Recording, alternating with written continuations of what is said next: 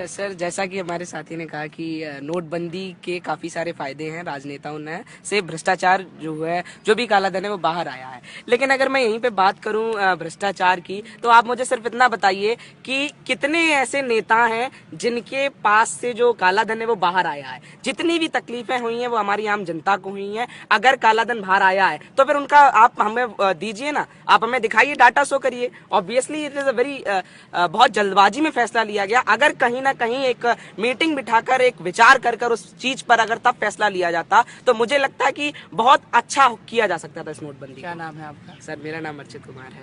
अर्चित, आपको कौन सा पॉलिटिशियन पसंद है? सर, मेरे को सुश्री मायावती जी पसंद है। मायावती पसंद है। मायावती की जब भी यूपी में बात होती है, एक तो मैं ये अफसोस की बात भी है कि जब आप एक सो कॉल्ड अपर स्ट्राटा में जाते हैं तो मायावती पर उतनी बात नहीं होती। मैं इन बच्चों से बात कर, ज्यादातर लोग नरेंद्र मोदी, अरविंद केजरीवाल, अखिलेश यादव का जिक्र कर रहे थे। अखिलेश का जिक्र इसलिए भी लाजमी क्योंकि ये उनकी होम टर्फ है। मायावती का जिक्र करने वाला ये पहला बच्चा है। क्या नाम बताया आपने अपना? मेरा नाम अर्चित कुमार है। क्या अच्छा है मायावती में? उनकी पॉलिटिक्स में क्या अच्छा लगता है आपको?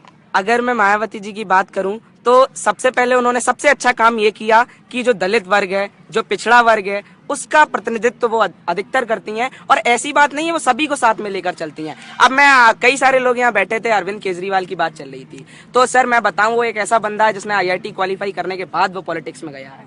तो कहीं ना कहीं मुझे ऐसा लगता है कि अगर पढ़े लिखे नेता या पढ़े लिखे लोग पॉलिटिक्स में आएंगे तो कहीं ना कहीं विकास तो होगा।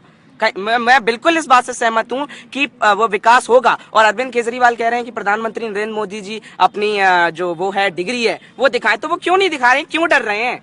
मेरे को ये नहीं समझ में आ रहा है। अगर आप मैं ये भी बिल्कुल सही सत्य बात है सर कि अगर कोई पढ़ा लिखा व्यक्ति पॉलिटिक्स में जाता है तो 100% विकास होगा, क्योंकि वो पढ़ा लिखा है, वो पढ़कर आया है उन चीजों को।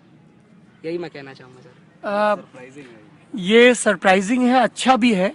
राजनीति में विरोधी विचारों का होना बेहद जरूरी है एक अच्छे लोकतंत्र के लिए। एक ही जमीन पर गेहूं भी उगे, गुलाब भी उगे। अर्चित, आपने जो कि बहुत समझदारी से बात की, बाकी बच्चों ने भी की, एक सवाल पूछना चाहूंगा। आपको मायावती अच्छी नेता लगती है? मायावती के आलोचक ये इल्जाम लगाते हैं कि उनके राज में पत्थर की मूर्तियां, पार्क ये ज्यादा बनते हैं, बाकी आम जनता के लिए काम नहीं होता है। बिल्कुल सर। सर, अगर मैं बात करूं दलित वर्ग की, तो जो अपर कास्ट पीपल हैं, अगर मैं कुछ समय हिस्ट्री में जाऊं तो अपर कास्ट पीपल ने लोअर कास्ट पीपल पे बहुत ज्यादा जुल्म किया। तो उनके पास कोई ऐसी जगह नहीं थी जहां पर वो घूमने जा सकें। उनके पास कोई ऐसे स्थान नहीं थे जहां पर वो ये कह सके कि हाँ ये जगह मेरी है, मैं यहाँ पर अपनी मीटिंग कर सकता हूँ, यहाँ पर मैं खुली आजादी के साथ मैं यहाँ बैठ सकता हूँ। तो वो अगर पत्थर की मूर्तियां बनाई हैं, अगर वो पार्क बनाया है तो सिर्फ उन व्यक्तियों के लिए बनाया है। अगर उन्होंने मूर्तियां बनाई हैं तो सारी मूर्तियां नहीं बनाई हैं, उसमें हमारे सभी नेताओं की मूर्तियां बनाई हैं। तो सर मैं यही कहना चाहूंगा कि वो एक ऐसा स्थल बना दिया उन्होंने जहां पर हमारे लोग, हमारे पिछड़ी जाति के लोग वहां पर खड़े होकर, वहां पर बैठकर उन विचारों पर अपने विचार प्रस्तुत कर सकते हैं खुली आजादी के साथ। एक सवाल मेरा अर्चित से है, मैं इस मोह को छोड़ नहीं पा रहा हूँ। अर्चित, ये बताइए, आपने जो बातें कही उनको आप सीखते पढ़ते कहाँ से हैं? अखबार से पढ़ रहे हैं, टीवी से पढ़ रहे हैं, कोई बड़ा आदमी आपको बता रहा है, या दोस्तों से? कहाँ से ला रहे हैं ये चीजें? मतलब आपकी जो राजनीतिक समझ है वो बहुत काबिले तारीफ है, इसलिए ये सवाल पूछा जा रहा है। पहली बात तो मैं सर धन्यवाद कहूंगा अगर आप ऐसी बात कर रहे हैं। तो मैं बात करूं अगर सर इस बात की, तो सर मैं आपको बताना चाहूंगा मैं एक पिछड़ी जाति से बिलोंग करता हूं और मुझे इसमें कोई वो नहीं है। सवाल ये अर्चित, सवाल हमारा ये है कि आपको जो जानकारी है वो अखबार से मिलती है, टीवी से, फेसबुक से, किसी बड़े बुजुर्ग से चर्चा करते हैं? अवेयर कहाँ से हैं? सर मैं पहले तो न्यूज पढ़ता हूँ, दूसरी चीज मेरा जो घर का माहौल है वो भी इसी तरीके का है। अरे वाह। हाँ, मैं बस यही कहना चाहूंगा सर।